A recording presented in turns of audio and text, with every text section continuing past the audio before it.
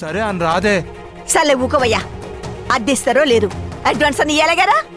Advance ఇవ్వకుండా ఎట్లా ఇస్తారు? పైసల కోసం మనం ఏమైనా సస్తున్నామా? వాళ్ళు మన బిడ్డల లెక్క ఏదో కష్టంలో ఉన్నారు, ఇల్లు కావాలంటున్నారు. ఈ పొద్దు కాకపోతే ఇంకో పొద్దు ఇస్తారు. గందులో ఏమున్నదే? నా మాట ఏం దుర్గమ్మా. సాలే, నువ్వు సప్పుడు చేయకు, నేను మాట్లాడతా. అర్థమైందా?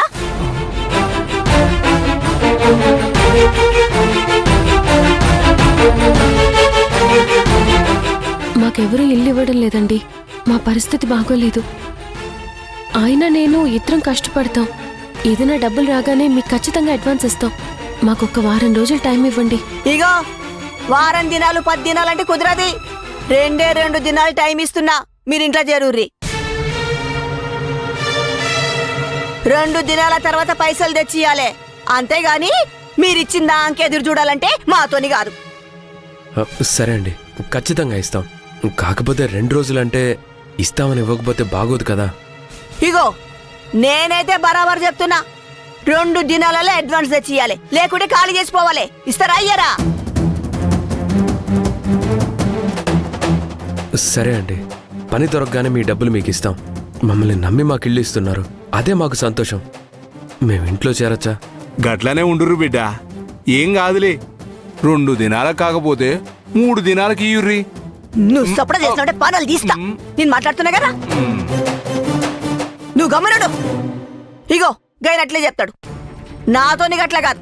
2 దినాలు టైం ఇచ్చినా 2 దినాలలో నాకు పైసలు ఇవ్వాలి, లేకుంటే 3వ దినం చక్కగా ఖాళీ చేసి వెళ్ళిపోవాలి. సమజేనదా? అలాగేనండి. సరే అండి. పోనీలేండి, వీళ్ళకి ఇల్లు ఇచ్చారు, అదే సంతోషం. మీరు వెళ్ళి ఇంట్లో చేరండి, నేను మళ్ళీ కలుస్తాను. చాలా థ్యాంక్స్ అండి. వస్తాను. ఇగో, నేను ముంగట్నే చెప్తున్నా, ఇల్లు అద్దం లెక్క ఉంటది. మా పానం లెక్క చూసుకున్నాం. మీ ఇష్టం వచ్చినట్టు మీరున్నారంటే మంచిగా ఉండదు.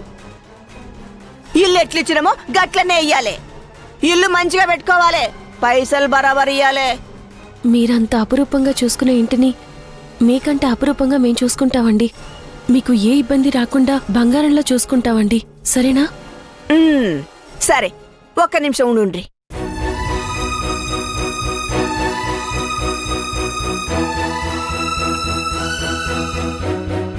ఇగో, బిగం అయితే తీసుకపో. వస్తాం. థ్యాంక్స్ పోర్రి. అండి. పద.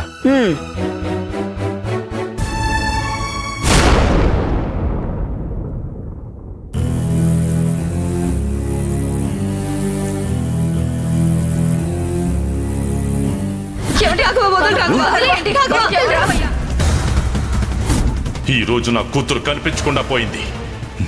నా కూతురికి ఏమన్నా జరిగితే మాత్రం నీ అంతు చూస్తాను.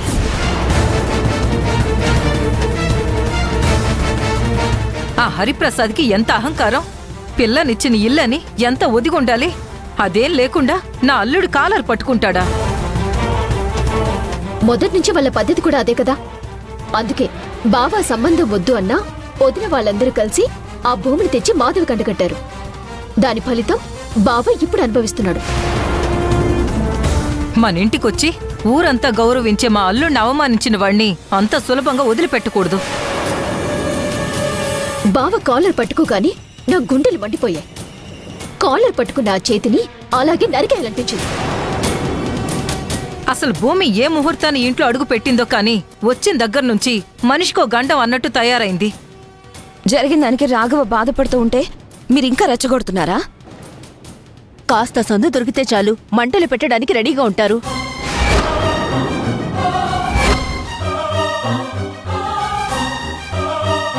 ఇలా జరుగుండకూడదు, కానీ జరిగింది. వచ్చిన వాళ్ళు మనకేం శత్రువులు కారు. మళ్ళీ అందరం కలిసిమెలిసి ఉండాల్సిన వాళ్ళవే. సర్ది చెప్పాల్సింది పోయి మళ్ళీ వీడిని రెచ్చగొడుతున్నారేంటి? మా బావకు అవమానం జరిగితే చూస్తూ ఊరుకోవటం నా వల్ల కాదు. ఇంత జరిగా కూడా మళ్ళీ వాళ్ళతో సంబంధం కలుపుకుంటావా? ఆ భూమిని ఇంట్లోకి రాణిస్తావా? ఆ భూమి అడుగు పెట్టిన దగ్గర నుంచి ఈ ఇంటికి దరిద్రం పట్టింది. ఇంతటితో ఆ దరిద్రం వదిలింది అనుకోకుండా ఇంకా మళ్ళీ మళ్ళీ రావాలని కోరుకుంటున్నారా? నా కూతురు గురించి మాట్లాడితే నాలుగు చీరేస్తా.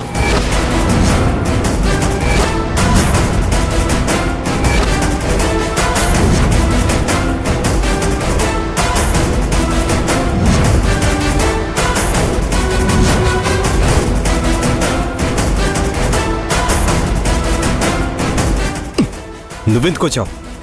వెళ్ళు బయటికి. వెళ్తాను. మిమ్మల్ని పంపించాల్సిన చోటికి పంపించి అప్పుడు వెళ్తాను.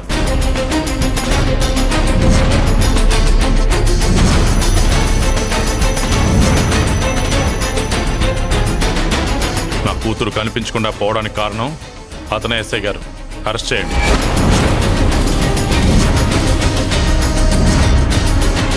అయ్యో, మీరేనా రాఘవ అంటే? ఏంటి ఎస్ఐ గారు, మా అల్లుడికి ఊర్లో ఎంత పేరుంది, ఎవరో తెలియనట్టు మాట్లాడుతున్నారు? నేను కొత్తగా చాట్ తీసుకున్నానండి. మీరెవరో నాకు తెలీదు. వీళ్ళ అమ్మాయి కనిపించట్లేదని, అందుకు కారణం రాఘవ గారని సార్ కంప్లైంట్ చేశారు. అందుకని అరెస్ట్ చేస్తున్నాం.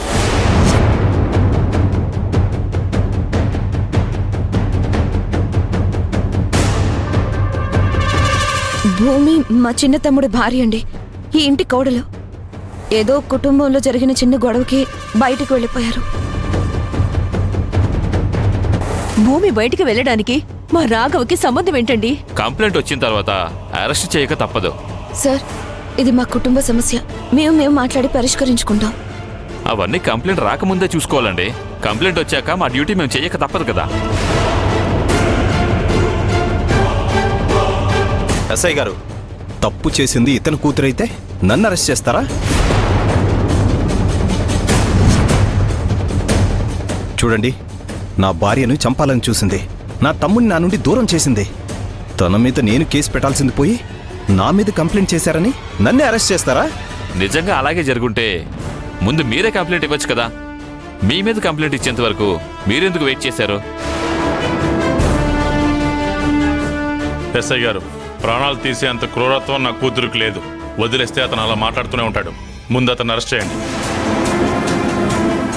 సార్, దయచేసి మేము చెప్పేది వినండి. భూమి వాళ్ళు ఎక్కడున్నారో చూడకుండా రాఘవని అరెస్ట్ చేయడం కరెక్ట్ కాదండి.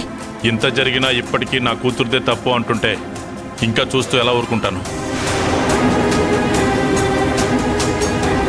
హరిప్రసాద్ గారు, మీ కూతురే నా తమ్ముడికి మాయమాటలు చెప్పి నా ఇంట్లో నుంచి తీసుకువెళ్ళిపోయింది. చెయ్యని తప్పుకి మమ్మల్ని బాధితుల్ని చేస్తున్నారా? వెళ్ళకేం చేస్తుంది? ఏ రోజైనా నా కూతుర్ని ఇంట్లో ప్రశాంతంగా ఉండనిచ్చారా? పెళ్ళైనప్పటి నుంచి తన భర్తతో ఏ రోజైనా సంతోషంగా కాపురం చేయనిచ్చారా?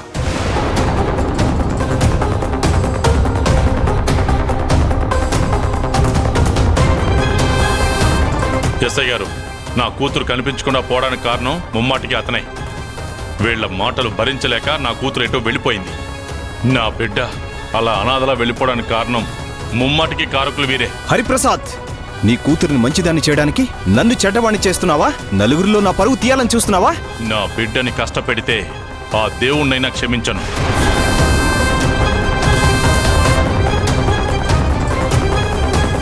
మీరు మాట్లాడేది ఏమన్నా ఉంటే స్టేషన్లో మాట్లాడుకుందాం. కానిస్టేబుల్స్ సార్, అరెస్ట్ చేయండి. Okay sir.